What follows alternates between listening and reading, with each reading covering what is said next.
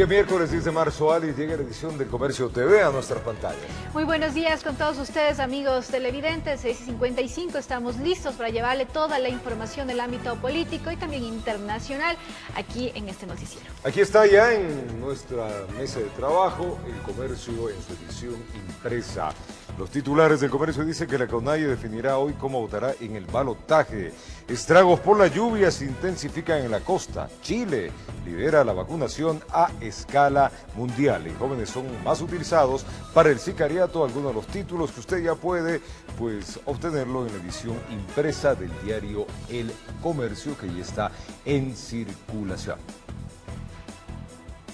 Vamos con la información. El ministro de Economía y Finanzas, Mauricio Pozo, indicó que las observaciones y modificaciones de inconstitucionalidad que se hacen a la Ley de Defensa de la Dolarización no deberán pasar de esta semana. La normativa ha sido devuelta por el Legislativo en 2 ocasiones. En la Asamblea Nacional se instaló la mesa técnica que revisa el proyecto de la Ley de Defensa de la Dolarización. En la misma participaron asesores del Legislativo, representantes del Banco Central, la Junta Monetaria y el Ministerio de Economía. Las conversaciones pretenden corregir problemas de inconstitucionalidad que presenta el cuerpo normativo. Esto tiene que definirse en el transcurso de esta semana, no debería superar esta semana.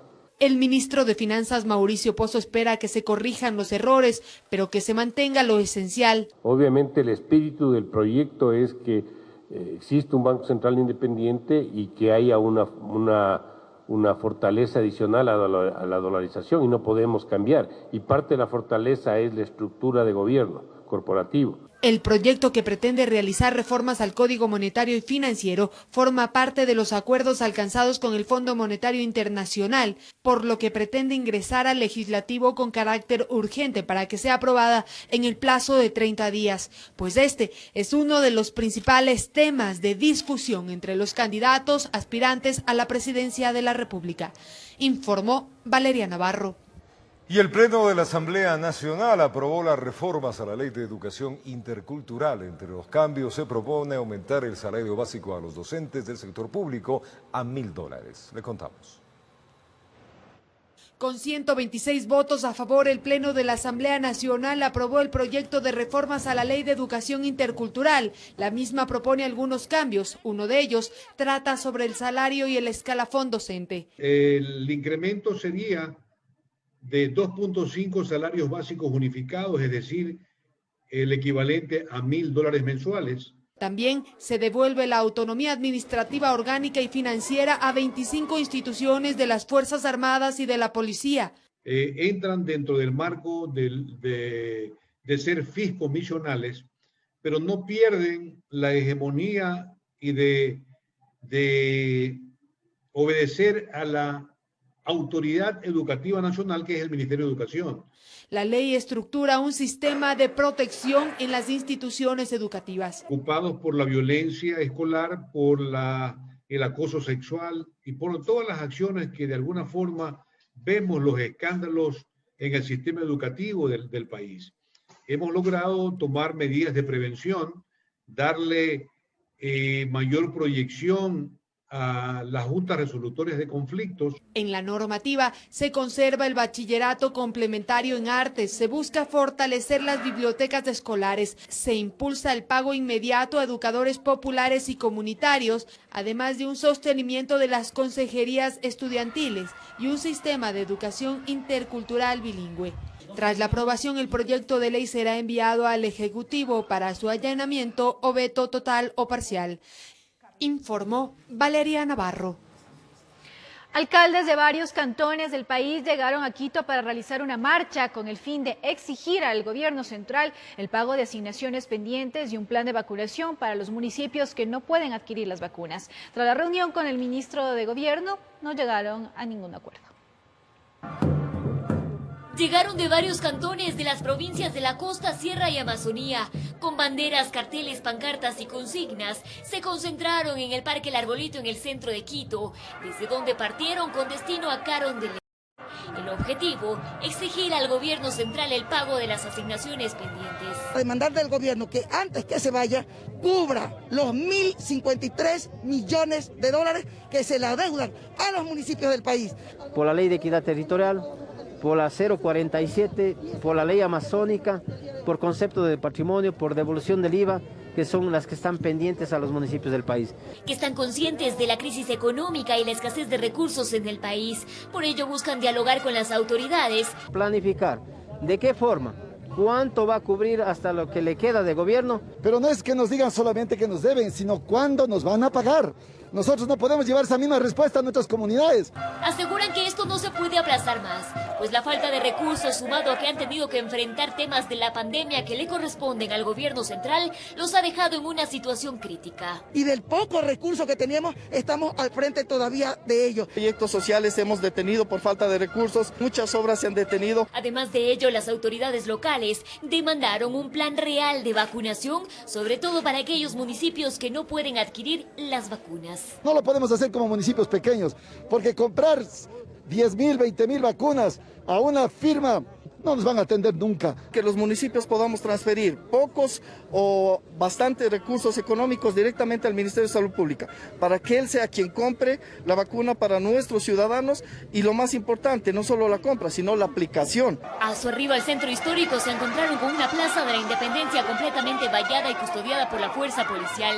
Se registraron algunos disturbios al intentar pasar, sin embargo, más tarde, una comitiva de la Asociación de Municipalidades del Ecuador, AME, se reunió con el ministro de Gobierno Gabriel Martínez. Aunque el ministro de Economía Mauricio Pozo no estuvo en el encuentro, se refirió al respecto. Mi mayor buena disposición con los señores alcaldes, por favor, entiendo su situación, pero hay que encontrar la salida que sea viable para ambas partes. Pero tras la reunión no hubo acuerdos, así lo anunciaron los alcaldes. El gobierno nacional, al no encontrar las puertas de diálogo correspondientes con los alcaldes del país, nos obligan a tomar estas decisiones. Ratificamos, nos mantenemos en movilización hoy, mañana, y será progresivo si no encontramos que el ministro pueda sentarse con nosotros, nos dé una explicación y nos pueda dar una resolución.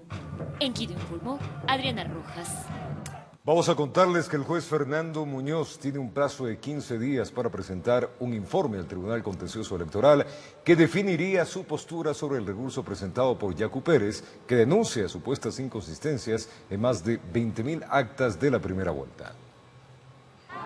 El Movimiento de Unidad Plurinacional Pachacutic celebra lo que denomina el primer paso para un posible recuento de votos parciales, una vez que el juez Fernando Muñoz del Tribunal Contencioso Electoral admitió a trámite la demanda del presidenciable Yacu Pérez en contra de los resultados numéricos proclamados por el Consejo Nacional Electoral.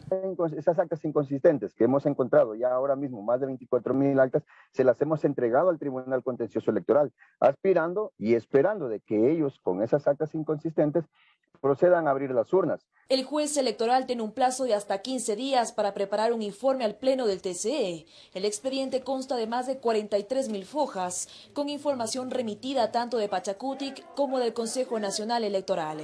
Ahora hay expectativa de la dirigencia indígena sobre el alcance de la revisión de actas que esperan sea en todas las provincias. Si las inconsistencias están a lo largo y ancho de todo el país, nos da la impresión de que fue un trabajo sistemático a fin de que trataran de que no nos diéramos cuenta. El plazo que tiene el juez para resolver la impugnación podría interferir con el inicio de la campaña electoral, que según el calendario arrancaría el 16 de marzo. Si la sentencia da paso a un recuento, tomaría más tiempo, pero esto no preocupa a una autoridad del Consejo Nacional Electoral. Recordemos que tenemos aprobado un calendario electoral.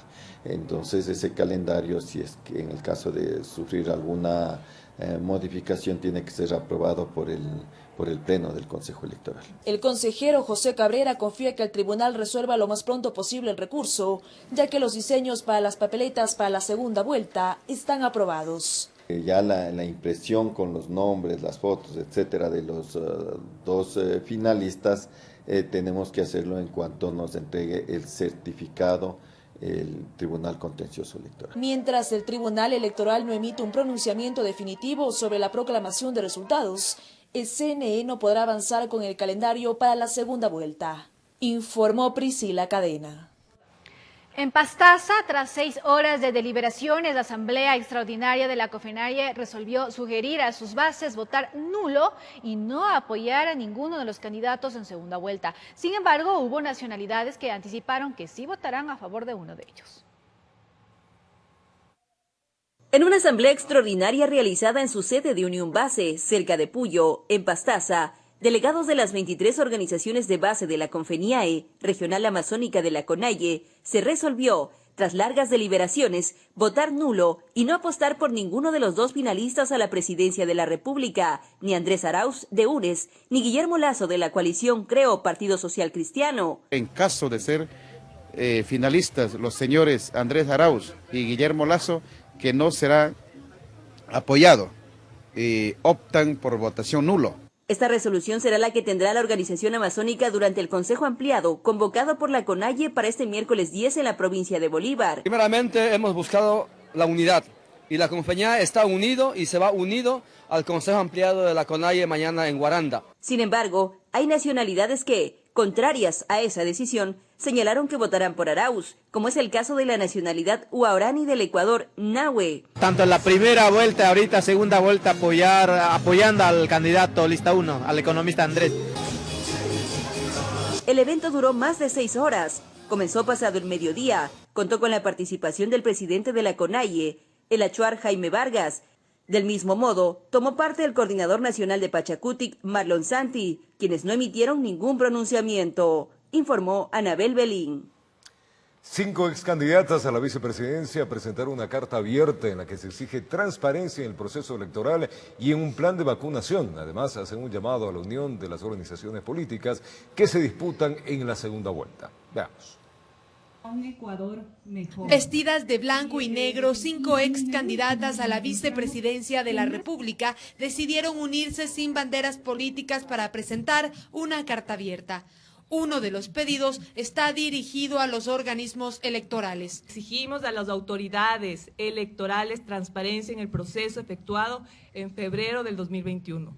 Lo hemos hecho y hemos decidido entregar ya con acciones concretas una carta de intención al Tribunal Contencioso Electoral con más de 50 personas que han firmado junto a nosotros. El otro al gobierno de Lenín Moreno. Exigimos al gobierno nacional que se transparente el listado de las personas que han sido vacunadas y cómo se efectuará todo el proceso de vacunación. Actualmente, los binomios que se disputan la presidencia y vicepresidencia no tienen a una mujer como candidata en cualquiera de los dos cargos. Las ex postulantes hacen un llamado tanto a Andrés Arauz como a Guillermo Lasso y a los asambleístas a que se tome en cuenta las políticas de género. Se impulse y facilite las decisiones y políticas públicas y la asignación de los recursos necesarios para un presupuesto general del Estado con perspectiva de género. Solicitan que no se pierda de vista el tema de la inseguridad y la situación que se vive en las cárceles del país. Recordemos que las personas privadas de la libertad están bajo el amparo del Estado en esas instituciones que dicen ser de rehabilitación social, pero no hay rehabilitación social para esas personas. Entre uno de los puntos también se incluye el desarrollo sostenible, informó Valeria Navarro. Vamos a una pausa comercial. Al retornar, les contamos que 9 detenidos por defraudación tributaria en el SRI de Guayaquil es el resultado de un operativo. Ya les contamos todos los detalles al volver. La ordenanza Hoy No Circula rige en el Distrito Metropolitano de Quito. Los días miércoles no se pueden movilizar desde las 6 de la mañana hasta las 20 horas los vehículos y motocicletas que tengan placa terminada en 4, 5, 6 y 7. Si usted incumple con la ordenanza vigente hasta el 31 de marzo, será multado con el 50% de un salario básico unificado, es decir, $200 y la retención de su automotor durante 5 días. Los sábados y domingos la circulación es libre.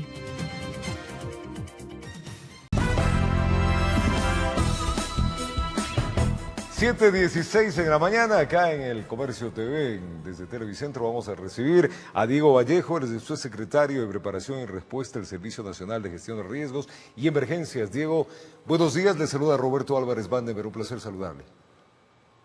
Roberto, muy buenos días y muchísimas gracias por la entrevista. Bueno, entremos de lleno, tenemos un invierno bastante complicado y el daño por las lluvias alcanzan a 6 provincias, viviendas afectadas, suelos agrícolas, en fin, un drama. ¿Cuál es la situación actualmente desde el Servicio Nacional de Riesgos?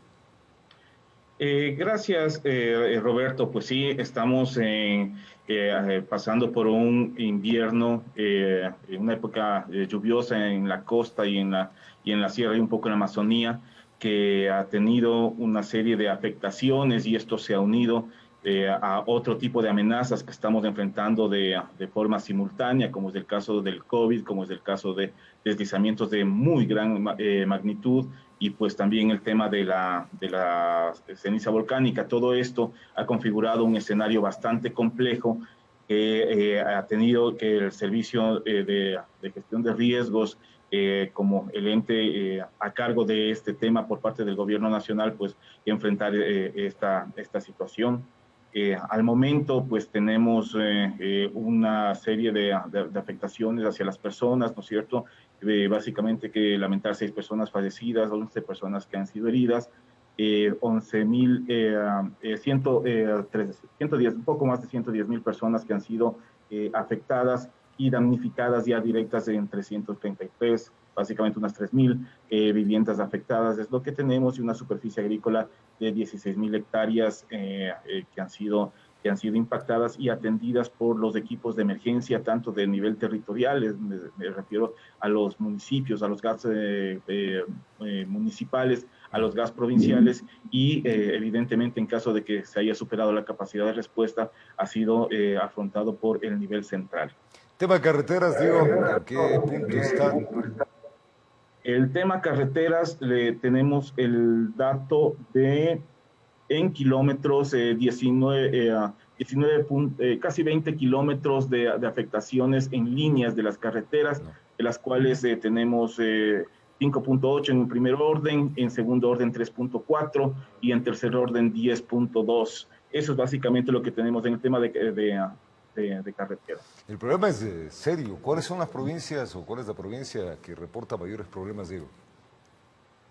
Bueno, en tema invernal, básicamente tenemos las principales provincias afectadas, están en, bueno, hablemos un poco más de cantones, entremos un poco más, tenemos a Flavio Alfaro, lo tenemos a Chone, lo tenemos a la zona de Colimes, en la parte también la cabecera de Atacames. Al momento son los que están sufriendo impactos importantes respecto a este evento. Sin embargo, pues como te indico, existen otras complejidades y otros eventos que también configuran a Chimborazo como zonas también de alto impacto debido a la confluencia de otros eventos en simultáneo. El tema de los ríos, ¿cuáles son los que presentan a esta hora los mayores peligros por las crecidas que se tienen? Ok, al momento tenemos 5 ríos que están categorizados como desbordados. Tenemos el río, el Carne Amarga, el Atacames y Izúa en la zona perdón, el primero, el Carne Amarga en Santa Rosa, el Atacames, Izúa en Esmeraldas, el río Bolichón en Guayas y el río Chona en Manabí. Y otros 12 que están ahí subiendo su nivel y que están siendo monitoreados justamente para tomar las acciones de forma anticipada antes de que los impactos, antes de que las aguas salgan del cauce. Y tenemos 32, alrededor de 30 ríos que están reduciendo su caudal hasta el momento. ¿Es normal el invierno que estamos viviendo? ¿Está dentro de los límites? Bueno, mira, al momento nosotros debemos medir esto en función de la superación de la capacidad de respuesta desde los gobiernos locales, ¿no es cierto? Al momento tenemos 5 gobiernos locales que han ejercido su derecho a declararse en emergencia para poder movilizar recursos de una manera más oportuna, y solamente la provincia de Chimborazo se ha declarado en emergencia, y sobre todo asociado por el tema del gran deslizamiento de Chunchi. Si bien es cierto, la intensidad que tenemos es fuerte, también hay que reconocer un incremento de la capacidad de gestión del gobierno local, provincial y sobre todo del apoyo nacional en términos de asesoría y de cubrir esas brechas para no dejar que esas capacidades de respuesta se superen y que se pueda atender los diferentes eventos de forma oportuna. En Manabí, ¿cuál es la situación y qué acciones se están tomando? En Manabí básicamente tenemos en la zona de Sucre, es decir, Bahía de Caracas, en la zona de Chone, en la zona, un poco en la zona de estribación. Tenemos una serie, en las zonas de estribación pues tenemos inundaciones que se llaman súbitas o inundaciones de montaña, ¿no es cierto?, que son las famosas crecidas que afectan a su cauce, pero sobre todo las alcantarillas que se llevan las carreteras y vías de segundo, de tercer orden y generan afectaciones hacia hacia pequeños elementos agrícolas que en caso de desbordamiento. Por otro lado, en la parte ya de un poco más de sabana, en la parte baja, pues tenemos inundaciones un poco más sostenidas, como es en el caso de Sucre, como es en el caso de Chone, donde ya la afectación agrícola es más fuerte, la residencia del agua en estas planicies es mayor. Se está tomando mucho en cuenta el control de las represas, ¿no es cierto?, y de zonas de almacenamiento de agua para estar pendientes del control de los aliviaderos y otros elementos de protección de estos cuerpos de agua, de tal forma de poderlos redirigir antes de que la cantidad de agua supere pues la capacidad de evacuación que tengan estos elementos. Diego, en el 2015 se hizo una obra y se la anunció con bombos y platillos, la obra hídrica multipropósito, que con eso supuestamente se iba a corregir todo lo que estamos hablando en Manabí, las famosas inundaciones que son recurrentes en el invierno. ¿Esto sirvió o realmente la capacidad desbordó a lo que se había planificado? A ver, entendamos que las obras de mitigación, esta es una obra de mitigación, ¿cierto? Es un multipropósito el que se construyó en realidad, ¿verdad? Lo que hacen es moderar. O sea, llegar a la prevención es sumamente costoso porque con la naturaleza no se lo puede jugar, ¿no es cierto? Pero se la vendió así, ¿no? Reducir, exactamente. Lo que hacemos es reducir los impactos hacia el máximo, ¿no es cierto? De cambiar las probabilidades de las inundaciones que superen la capacidad de respuesta con más fuerza o con menos fuerza de los sistemas que están siendo afectados. Estas obras definitivamente funcionan en medida de temas de mantenimiento, en temas de control, y así lo están haciendo. Es decir, si no tuviéramos estos espacios de control a las inundaciones, seguramente estaríamos teniendo, para hacer un parangón, a las inundaciones del 2009, ¿no es cierto? En las inundaciones del 2009, pues no teníamos estas obras, y probablemente, no estoy tan seguro con la data, pero con inviernos similares, y estas obras, los impactos definitivamente son menores a los impactos que tendríamos sin estas obras. Eso en el informe de la costa y en la sierra, ¿cuál es la situación que se tiene? Porque también en el invierno en la sierra ha tomado a ciudades, el caso de Quito, Ibarra, hay ciudades como Riobamba que se han inundado. ¿Qué situaciones tienen y qué margen han puesto ustedes de riesgo? En cuanto a las inundaciones de serranía, pues son inundaciones que en promedio se producen una vez cada 3 años, cada 4 años dentro de estas ciudades que son un poco más preparadas con sistemas de alcantarillado un poco más, no es que sean mejores, lo que pasa es que la geografía de la serranía mismo hace que el agua fluya con mayor facilidad. Una inundación tan fuerte como la que tuvimos en Riobamba, si bien es cierto, causó los estragos que hemos visto y hemos evaluado y son de conocimiento público, pero estos mismos estragos son momentáneos. Entonces la intensidad de una emergencia también se la maneja en función de cuánto reside el evento en un determinado territorio.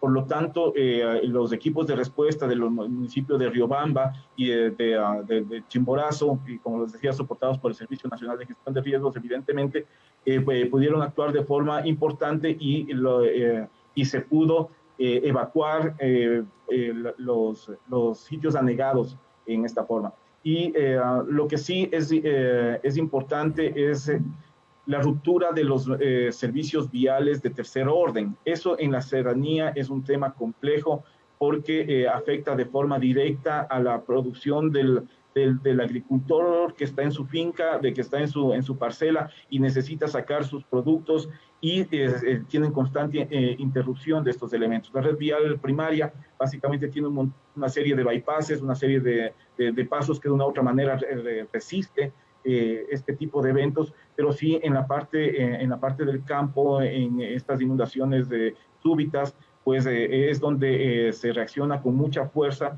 para, sobre todo, restablecer la comunicación entre sitios que a veces quedan aislados y los centros de comercio, que sería el impacto principal en la serranía. Guayaquil es otra de las ciudades que cada invierno se vive inundando, Diego. ¿Qué recomendaciones ustedes han dado al municipio de Guayaquil? Porque es recurrente, cada año hay unas inundaciones más grandes. En efecto es así, y hay que entender un poco la problemática de Guayaquil, la problemática geográfica, ¿no es cierto? La problemática de que pueda haber la tormenta perfecta en el momento de una marea alta. Ese es un poco el problema de Guayaquil, y ahí es cuando se producen la mayor cantidad de inundaciones que ha habido en recurrencia. Pues básicamente el esquema de control de esto es el ordenamiento territorial, ¿no es cierto? Ese es el primer elemento preventivo, y que desde el servicio se ha generado una serie de instrumentos y recomendaciones que muchas veces estamos pagando las decisiones de hace 30 años, ¿no es cierto? Y ese es el problema también que tiene Guayaquil, es decir, hay zonas de la urbe que no deberían haber estado pobladas, sin embargo, hace 30, 40 años, y de ahí hasta acá pasan la factura, y es muy difícil reubicar esos elementos, y por la misma geografía de la zona, la inversión que se tiene que hacer, sobre todo la inversión social en caso de buscar reubicación, la gente muchas veces no desea salir de su zona, no se desarraiga del territorio, y pues son riesgos que se catalogan como inmitigables, es decir, debemos un poco aceptar las consecuencias. Sin embargo, los esfuerzos del municipio de Guayaquil son tremendos para reducir este riesgo. Es el incremento de la capacidad de bombeo de agua, de escorrentía en alcantarillado, el dragado de ríos, control de todo lo que es el sistema de quebradas, etcétera. El esfuerzo es sumamente fuerte, pero sin embargo todavía el nivel de riesgo es importante, y por eso hay que ir de la mano en los esquemas de prevención y reducción, pero también de preparación y respuesta. La respuesta, creo que del municipio de Guayaquil, ha sido acorde a los impactos que se estaban dando y en la velocidad que se programaba. Vaya que vivimos en zonas complicadas, inviernos difíciles, terremotos, zonas en las cuales no se debe tener población, y a eso también se suma los volcanes que hacen su aparecimiento a cada momento. Ecuador tiene muchos, creo que es el país en Latinoamérica que tiene la mayor cantidad de volcanes activos. El Sangay también hizo erupción y con eso causó problemas en varias provincias. ¿Cuál es la situación que dejó la erupción última del volcán Sangay? Bueno, esta erupción del Sangay tuvo algunas particularidades muy sui generis. El momento de la erupción habían dos corrientes de viento a diferente altura, lo que hizo que la nube, el hongo que tradicionalmente estamos acostumbrados a ver, se divida, como decir, en la cresta del champiñón y en la base de este hongo. Y la parte de abajo fue mucho más veloz, que la fuerza del viento fue mucho más fuerte, llegando hasta Santa Elena, pero dejando una especie de capa de ceniza colgada o suspendida en la atmósfera, más o menos a una altura de 17.000 pies, a 8.000 metros.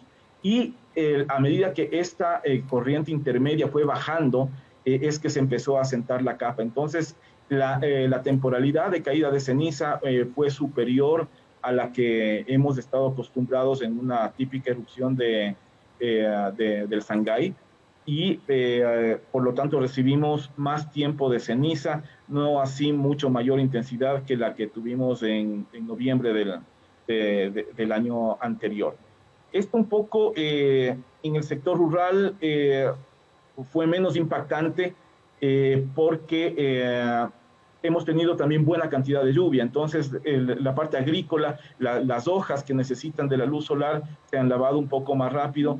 En cambio, sí, el sector ganadero ha tenido sus impactos importantes por el tema de la disponibilidad de alimentación para el ganado. Ahí el MAG está haciendo un programa muy fuerte en coordinación con las unidades de evaluación de territorio del servicio para poder para entregar silaje a estos animales. En cambio, un poco en las zonas más urbanas, esta lluvia sí causa un poco más de complicación en el tema de alcantarillado, porque puede darse tamponamientos de la alcantarilla o colapsos de los techos. Un elemento también que hay que ponerlo ahí, entre comillas, como ventajoso, es que uno de los principales problemas que se debe afrontar es la protección respiratoria y la protección ocular de las personas, ¿no es cierto? Por la ceniza. El COVID en esto ha ayudado bastante, ya que todo el mundo tiene su mascarilla, está acostumbrado al uso de la mascarilla y hace sus actividades con mascarilla. Entonces, aparte de la protección contra el virus, pues hay la protección directamente contra la ceniza, que aventajó muchísimo también en los temas de sensibilidad de la gente y de la adaptación al uso de este dispositivo, que evidentemente si no estás acostumbrado, pues no es muy fácil de tenerlo en uso. Sin duda, hay problemas graves, no solamente con el tema del COVID, que vemos que el COVID avanza, no hay respeto por parte de la población por más recomendaciones que se hagan.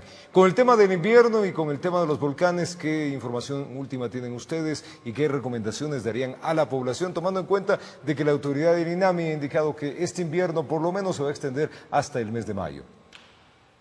Eso es correcto. Esos son los pronósticos que tenemos con INAMI, la época invernal, que también es esperable, ¿no es cierto? Normalmente lo tenemos hasta el mes de mayo. En junio empezamos básicamente a sentir los cambios. Las recomendaciones a las personas, pues básicamente es monitoreen su ambiente, ¿no es cierto? Cuidémonos a nosotros mismos, reportemos los eventos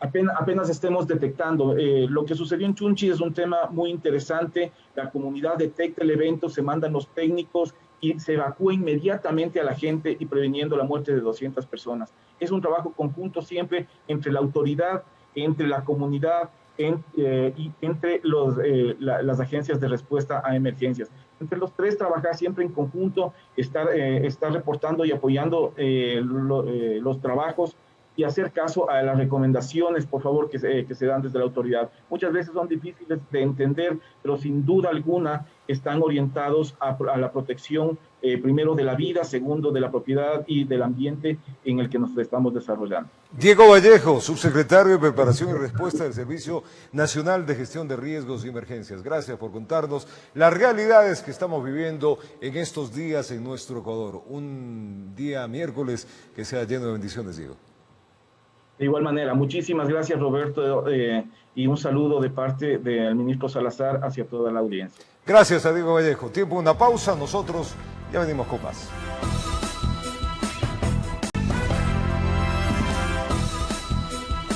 En Guayaquil, autoridades desarticularon una organización delictiva integrada por varios funcionarios del Servicio de Rentas Internas que alteraban las claves de empresas para solicitar la devolución fraudulenta del IVA. El perjuicio bordea los $400.000. La Fiscalía investiga la presunta falsificación de documentos y defraudación tributaria. Fueron 11 los allanamientos y 9 los detenidos en una acción fiscal que investiga el presunto cobro fraudulento de la devolución del IVA a 3 empresas. Un contador que brindaba servicios a 50 compañías fue la punta del ovillo. Este cambio de usuarios y contraseñas permitieron endosar las notas de crédito, generaron un perjuicio de alrededor de $400.000 a 3 empresas que en el desarrollo de la investigación han sido identificadas como perjudicadas. Según la Fiscalía, los inmuebles allanados se encuentran en la Ciudadela La Fae, Prosperina, una urbanización de la Vía La Costa, y el Cantón Durán. Investigan los presuntos delitos de defraudación tributaria y falsificación de documentos. 3 de los aprehendidos son funcionarios del organismo tributario. Uno se les escapó. Las acciones se extendieron hasta las oficinas de La Matriz, en la avenida Francisco de Orellana, norte de Guayaquil, de donde incautaron los dispositivos y equipos informáticos. A favor de alrededor de 4 personas que prestaron sus nombres, su identidad y documentos falsos para beneficiarse de esta ilícita actividad. Se iniciaron en su debido momento los sumarios administrativos que, conforme la falta que se ha identificado, pues terminaría en destitución de los funcionarios de confirmar, por supuesto, las faltas correspondientes. También lo generaron a través de la bolsa de valores y que se efectivizaban a través de depósitos y transacciones ya en efectivo. Los aprehendidos aguardaban la audiencia de formulación de cargos en la unidad de flagrancia. Ninguno tiene antecedentes. Hasta el aguacero de ayer. Informó Jorge Escobar. Increíble realmente. En Guayaquil la policía realizó varios allanamientos donde encontraron teléfonos celulares, estos presuntamente relacionados con los 3 detenidos por el asesinato del presentador Efraín Ruales, quienes también son investigados por delincuencia organizada. Las autoridades explotarán la información de los dispositivos móviles para las respectivas investigaciones. Veamos. Son los últimos allanamientos que buscan más pistas sobre el crimen de Efraín Ruales. Según la Dirección Nacional de Investigaciones, en 5 inmuebles encontraron algunos teléfonos celulares. La información que contienen los celulares no ha sido tocada por no alterar el indicio. Obviamente el elemento de convicción ha sido puesto en cadena de custodia y en su debido momento la Fiscalía ordenará la práctica de las pericias respectivas. Sucedió en el Distrito Sur de Guayaquil, según el general Nelson Ortega. El proceso de investigación nos ha permitido establecer un vínculo o relación de los 3 sospechosos con la estructura identificada como los lagartos. Ellos enfrentan 2 procesos, uno por el asesinato y otro por presunta delincuencia organizada. Sobre la versión de los padres de alias Ñorqui, quienes afirman es menor de edad. Tendría 19 años y Alvarito 25, lo que nos hace ver que estamos frente a sospechosos jóvenes que están actuando como parte de estas agrupaciones violentas. Que ya han construido una hipótesis sobre la cual aspiran tener certezas, afirman. Es decir, la participación de intermediarios en la actividad del delito y él o los autores intelectuales de este hecho. Bueno, no le podría manifestar porque está en un proceso de investigación. Informó Jorge Escobar. Y en Quito, varias personas denuncian una red de estafa masiva. Los perjudicados cuentan que entregaron grandes cantidades de dinero a una empresa a cambio de adquirir un bien o recibir un crédito. Piden a la Fiscalía que investigue el caso.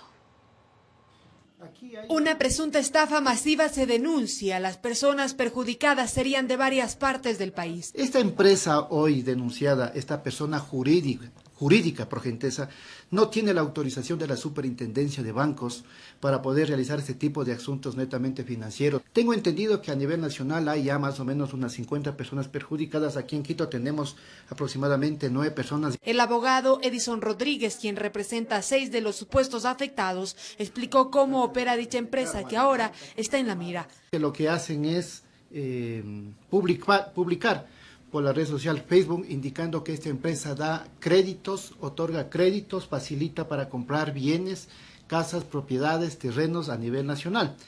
Y lo que han hecho es, lógicamente, coger a varios incautos, digamos, aquí en Quito y en todo el país, los cuales han depositado valores de $2,000, $3,000, $5,000 como supuestamente cuota inicial para poder acceder a estos créditos. Y le habían manifestado que efectivamente estos créditos pues van a ser otorgados en el máximo de 30 días.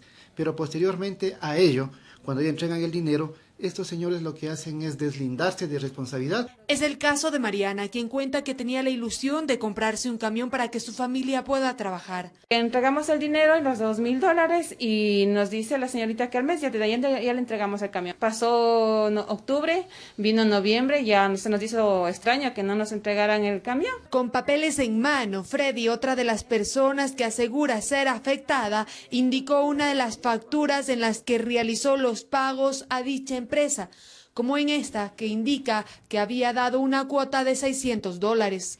En mi caso hay 12,000 y algo más que está en juego eso.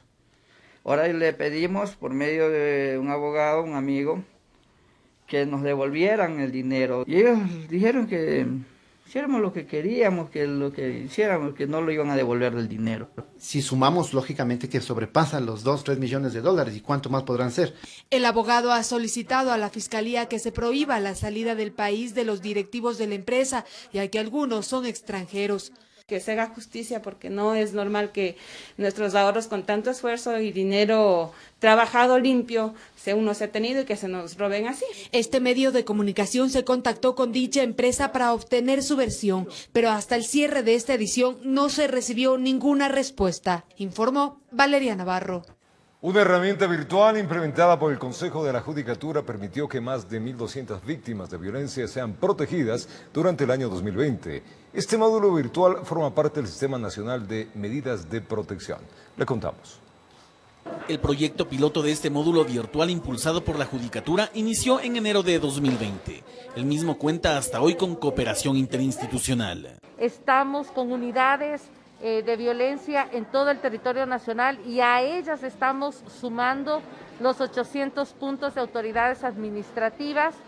Por supuesto que ha tenido gran participación en esto también otras instituciones del Estado, como el propio Ministerio de Gobierno, puesto que hemos integrado comisarios, tenientes políticos, intendentes. La titular del Consejo de la Judicatura indicó que a través del módulo virtual ingresaron 1.251 peticiones de revisión judicial de medidas de protección administrativas. Aproximadamente un 80% de violencia a la mujer no lo denuncia. Entonces ahora sí tenemos más denuncias. Nosotros durante toda la emergencia sanitaria hemos desplegado más de 600 unidades, atendieron violencia durante la pandemia. Y pues ahora estamos en la evaluación de este módulo de sistemas de protección. De esta manera, las provincias con más solicitudes se registran en el siguiente orden: Pichincha 234, Azuay 100, El Oro 84, Tungurahua 60 y Loja 59. Nos parece muy importante los logros que ha presentado el Consejo de la Judicatura respecto de la asignación de medidas de amparo a través de este sistema en línea, que efectivamente permite y acerca a las mujeres a la justicia. Aunque en esta etapa de la implementación de la herramienta virtual se ejecuta una parte sancionatoria, se remarcó que debe en el corto plazo implementarse la fase preventiva, informó Javier Rosero.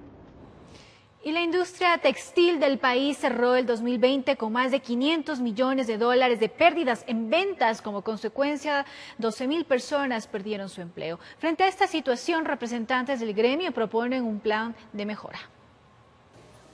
El sector textilero y de la confección se reinventaron en la pandemia con la elaboración de prendas de bioseguridad, pero no fue suficiente. Las ventas en el 2020 tuvieron una caída drástica que representó pérdidas de más de 500 millones de dólares con una reducción de plazas de empleo. A agosto del 2020 ya se habían perdido prácticamente 12.000 puestos de empleo formal o empleo pleno en la industria textil y confección. A esto se suma que no hay un dato exacto de cuántas empresas vinculadas a la industria textil tuvieron que cerrar sus puertas. También hubo firmas que se vieron obligadas a cerrar tiendas no rentables porque la capacidad económica en los hogares se ha visto afectada. Tuvimos que cerrar 2 de las tiendas porque obviamente no eran rentables. Nosotros vendemos hoy cosas que no hubiéramos vendido hace un año.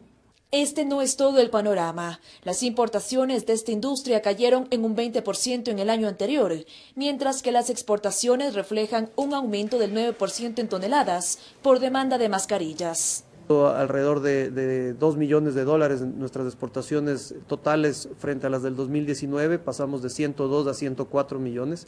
Pero en importaciones sí se ve un detenimiento en general en casi todos los rubros. Lo que propone el sector es un plan de mejora de competitividad, dándole un nuevo giro a la industria. Además, confían que el próximo gobierno pueda concretar acuerdos comerciales, principalmente con Estados Unidos. Ahora viene el reto de tener un acuerdo ya completo con Estados Unidos, nuestro principal socio comercial. Piden también que se puedan reducir las tarifas arancelarias para materias primas mediante una reforma. Informó Priscila Cadena.